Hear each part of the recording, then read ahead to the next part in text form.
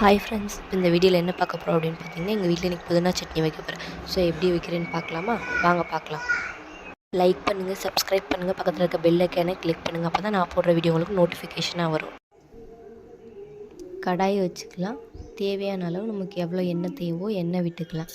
அதுக்கப்புறம் உளுந்து போட்டுக்கலாம். லைட்டாக பொரியுது. அது கூட கடலைப்பருப்பு தேவையான அளவு ஆட் பண்ணிக்கலாம்.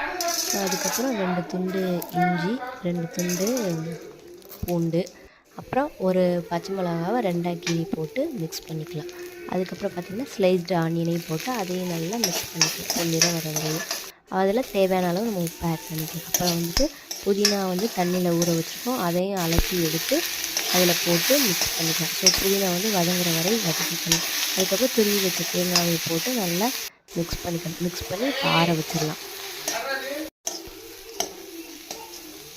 பார்த்திங்கன்னா நம்ம எல்லாம் மிக்ஸ் பண்ணி ஆற வச்சுருந்தோம் இல்லையா? ஸோ ஆறிடுச்சு. இப்போ அதை ஒரு மிக்ஸி ஜாருக்கு நம்ம ட்ரான்ஸ்ஃபர் பண்ணிக்கலாம். ஸோ பார்த்திங்கன்னா தேவையான அளவு தண்ணி மிக்ஸ் பண்ணிக்கலாம். இப்போ பார்த்திங்கன்னா நல்லா நம்ம அரைச்சி எடுத்துக்கிட்டாச்சு. நெக்ஸ்ட்டு தாளிதம் தான் பார்க்கலாமா? ஒரு கடாயை சூடுபடுத்தி அதில் கொஞ்சம் தேவையான அளவு நம்ம எண்ணெய் விட்டுக்கலாம். நெக்ஸ்ட்டு தேவையான அளவு கடுகு போட்டுக்கலாம். நெக்ஸ்ட்டு தேவையான அளவு உளுந்து போட்டு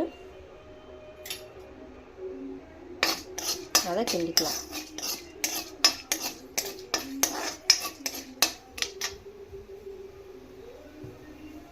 நெக்ஸ்ட்டு ஒரு சின்ன வரமிளகா எடுத்து 2 கிள்ளி போட்டிருக்கேன். நெக்ஸ்ட்டு கருவேப்பிலை. இது எல்லாத்தையும் போட்டால் நல்லா மிக்ஸ் பண்ணி கழுவலாம்.